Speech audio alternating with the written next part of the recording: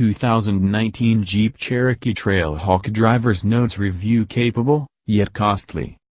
The 2019 Jeep Cherokee Trailhawk is the refreshed version of a model that debuted back in 2014. It was a controversial model. Opinions were mixed on the styling, especially the front fascia, and some considered it an insult to the Cherokee name. Still, we liked that version so much we spent a full year with one. It proved to be a solid and reliable crossover that tracked up more than 27,000 miles in just 12 months. This refreshed model occupies a strange place in Jeep's lineup. The Cherokee is positioned between both the Compass and Grand Cherokee, though it offers less interior space than either one of those. Pricing on the Cherokee falls right on top of those two models, too, meaning shoppers have to look hard to see what the best fit may be for them. The refreshed styling is certainly less polarizing, though it now means the Cherokee is less distinctive. This Trailhawk model is the mid-size Cherokee's most rugged variant. It features a beefed-up suspension, more aggressive rubber, new front and rear bumpers, and an enhanced four-wheel drive system. Despite its car-based platform, the Cherokee Trailhawk is still plenty capable, but there is a price to pay for all that capability. Editor-in-Chief Greg Migliore: I would not buy this Cherokee. With a sticker of more than 41 grand, it's too expensive.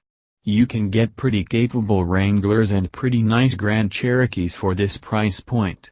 But, if you really love the Cherokee, this decked-out Trailhawk Elite is kinda awesome. You get all of the Trailhawk aesthetics and off-road prowess, you just have to pay for it. The Cherokee is in an interesting spot for Jeep. Even with the 2019 refresh, it's still fairly old, with most of the major elements dating to the 2014 relaunch of the Cherokee model. The Compass is arguably a better deal. It's newer in its life cycle, starts at a lower price point and offers more cargo volume than the Cherokee. That being said, after rolling around town in the Cherokee for a couple nights, I'd probably buy one before I'd buy a Compass. It feels more substantial and more like a Jeep. I like the design. With the smoked grille and exterior trim, meaty wheels and flared fenders, this one looks especially sharp. Besides, the Compass cargo volume advantage is less than 2 cubic feet. Associate Editor Joel Stockstale: just as I thought on the first drive, Jeep has made the unibody, independently suspended Cherokee feel like a truck. And that has pluses and minuses.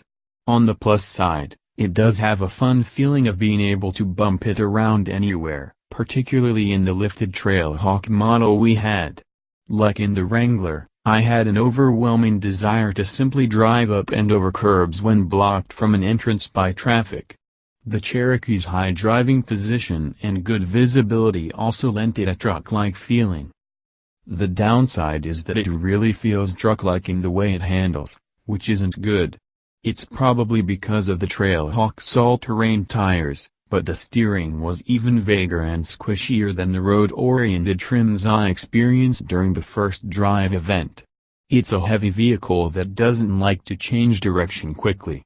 The suspension is pretty stiff, too, so it's a bumpy, bouncy experience. And you don't get the same style, nearly unmatched trail capability, or open-air experience of the Wrangler. Gaining back some points is the interior.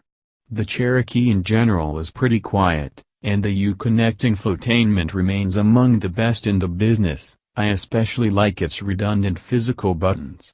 I also like how large the sunroof is. I would advise against the turbo 4-cylinder, though. It's very coarse and buzzy. It also doesn't play well with the 9-speed automatic, which has a tendency to stumble over itself trying to pick the right gears. The torque is nice, but the V6's richer sound and smoother power delivery would make it a better SUV.